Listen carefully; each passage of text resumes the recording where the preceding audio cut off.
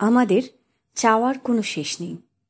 আমরা যত পাই পরমুহূর্তেই তার থেকে বেশি পাওয়ার ইচ্ছা রাখি।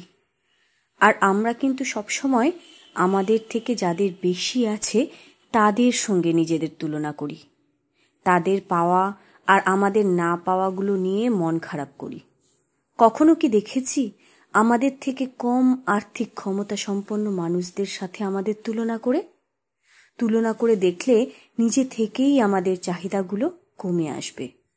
আমরা বুঝতে পারবো আমরা কত ভালো আছি। দুবেলা পেট ভরে খেয়ে পড়ে নিশ্চিন্তে মাথা গোজার ঠাঁই আমাদের আছে।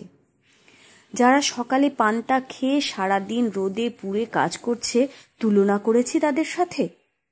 যারা সকাল থেকে ইটের বালির বোঝা কাঁধে নিয়ে অন্যের জন্য অট্টালিকা বানাচ্ছে, কিন্তু নিজেরা থাকছে ভাঙা বেড়ার ঘরে, তুলনা করেছি তাদের সাথে?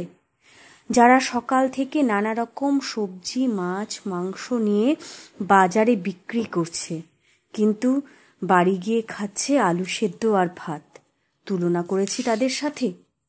যারা সকাল থেকে অন্যের বাড়িতে কাজ করে মনিবের বাড়ি ঘর পরিষ্কার ঝা চকচকে করে তুলছে, কিন্তু নিজেদের একচিলতে মাথা গোজার ঠাঁইটা নোংরা গন্ধ, তুলনা করেছি তাদের সাথে?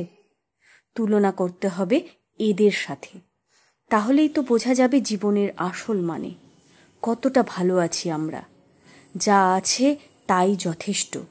বেঁচে থাকার জন্য যা চাই তার থেকে অনেক গুণ বেশি আছে আমাদের। আর কিচ্ছু চাই না, এই বেশ ভালো আছি।